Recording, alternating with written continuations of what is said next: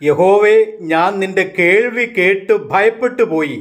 യഹോവേ, ആണ്ടുകൾ കഴിയും മുമ്പേ നിന്റെ പ്രവൃത്തിയെ ജീവിപ്പിക്കണമേ. ആണ്ടുകൾ കഴിയും മുമ്പേ അതിനെ വെളിപ്പെടുത്തണമേ. ക്രോധത്തിങ്കൽ കരുണ ഓർക്കണമേ. ദൈവം തേമാനിൽ നിന്നും പരിശുദ്ധൻ പാറാൻ പർവ്വതത്തിൽ നിന്നും വരുന്നു. അവൻ്റെ പ്രഭ ആകാശത്തെ മൂടുന്നു. അവൻ്റെ സ്തുതിയാൽ ഭൂമി നിറഞ്ഞിരിക്കുന്നു. സൂര്യപ്രകാശം പോലെ ഒരു ശോഭ ഉളവായി വരുന്നു. കിരണങ്ങൾ അവൻ്റെ പാർശ്വത്തു നിന്ന് പുറപ്പെടുന്നു. അവിടെ അവൻ്റെ വല്ലഭത്വം മറഞ്ഞിരിക്കുന്നു. മഹാമാരി അവൻ്റെ മുമ്പിൽ നടക്കുന്നു.